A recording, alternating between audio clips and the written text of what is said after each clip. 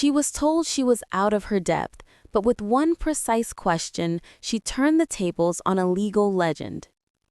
On a prominent news network, the stage was set for a classic confrontation. In one corner stood a celebrated legal scholar, a man whose name was synonymous with constitutional law, armed with decades of experience and a binder full of precedents.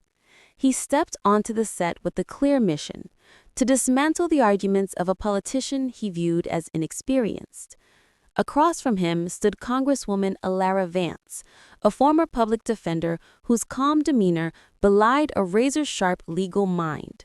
She had served for just 2 years, but her background was not in Ivy League lecture halls. It was in courtrooms, fighting for ordinary people. The moderator introduced the topic, a contentious new voting rights bill. The scholar, Professor Alastair Thorne, leaned into the microphone, his voice dripping with condescension. "I've been teaching this material longer than the Congresswoman has been practicing law," he began. "The public deserves clarity from those who truly grasp our constitutional framework." Alara Vance simply listened, a faint, knowing smile on her face. She had anticipated this very approach. The debate commenced with Thorne launching into a critique of the bill as a federal power grab, an unconstitutional overreach that trampled states' rights. He spoke of legal chaos and a disregard for the delicate balance of power. The Congresswoman waited patiently for her turn. When it came, she didn't immediately counter his legal points. Instead, she reframed the entire discussion. "The Constitution isn't a relic for academics alone," she stated, her voice steady. "It's the people's document, designed to protect their most fundamental rights." She then pivoted, citing Article 1 and the Reconstruction Amendments to establish Congress's clear authority to regulate federal elections. Thorne tried to interrupt, but she held her ground.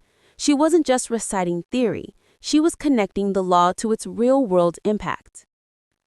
The first major turning point came when Thorne criticized a section about early voting, calling it impractical and federally heavy-handed. Vance responded calmly, "It's interesting you say that, Professor, because in your 1991 testimony before the Senate Judiciary Committee, you advocated for nearly identical federal standards to ensure, and I quote, a uniform baseline of access." The professor stammered, asking for context. The Congresswoman was ready with the full transcript.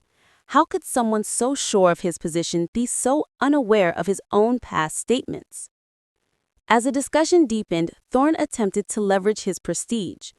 "With all due respect, I've argued before the highest court in the land dozens of times. My career has been built on this subject." Vance met his gaze evenly.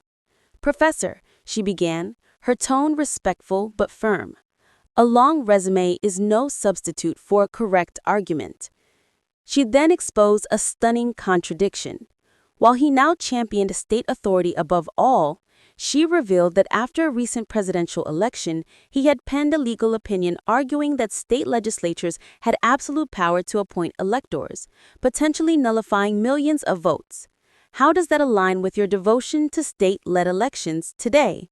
The professor could only reply that it was a narrow, specific argument. The audience sensed the shift. The knockout blow was delivered with surgical precision. Trying to regain footing, Thorne referenced Section 7A of the bill, warning of its dire consequences for minority voters. Vance let a moment of silence hang in the air. "Professor," she said gently, "this bill doesn't have a Section 7A. It ends at Section 612.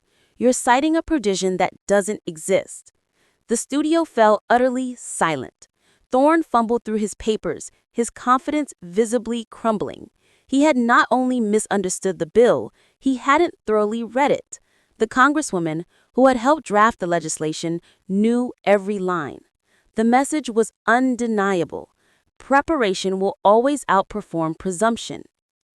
In the aftermath, the clip of Vance correcting the renowned scholar spread like wildfire. Her social media following skyrocketed. Undecided lawmakers were swayed. The bill gained unexpected momentum.